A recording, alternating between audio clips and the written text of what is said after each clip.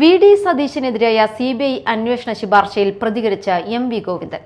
CBI അന്വേഷണം ഞങ്ങൾ അവസാന വാക്കായി കാണുന്നില്ലെന്നാണ് അദ്ദേഹം തൃശൂരിൽ പറഞ്ഞത്. വിദേശപണം സംബന്ധിച്ച അന്വേഷണമാണ്.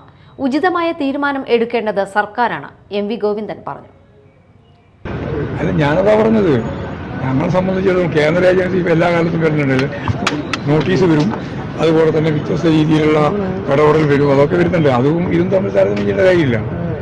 ഇത് സെൻട്രൽ ഗവൺമെന്റിന്റെയോ സംസ്ഥാന ഗവൺമെന്റിന്റെയോ ഒരു പ്രശ്നം മാത്രമല്ല. വിദേശത്തുള്ള പണം അവിടെ പോയി യോഗം ചേരാനും പണം സ്വരൂപിക്കാനൊന്നും ആർക്കും അവകാശമില്ലല്ലോ.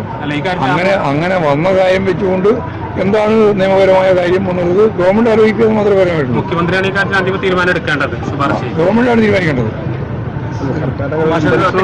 ഒരു വർഷം മുമ്പ് കൊടുത്ത ശുപാർശ ഞങ്ങളെ സംബന്ധിച്ചിടത്തോളം CBI അന്വേഷണം എന്ന് പറയുന്നത് എല്ലാറ്റിൻ്റെയും അവസാന ഭാഗത്താണെന്നുള്ള നിലയിൽ ഞങ്ങൾ സ്വീകരിക്കുന്നില്ല.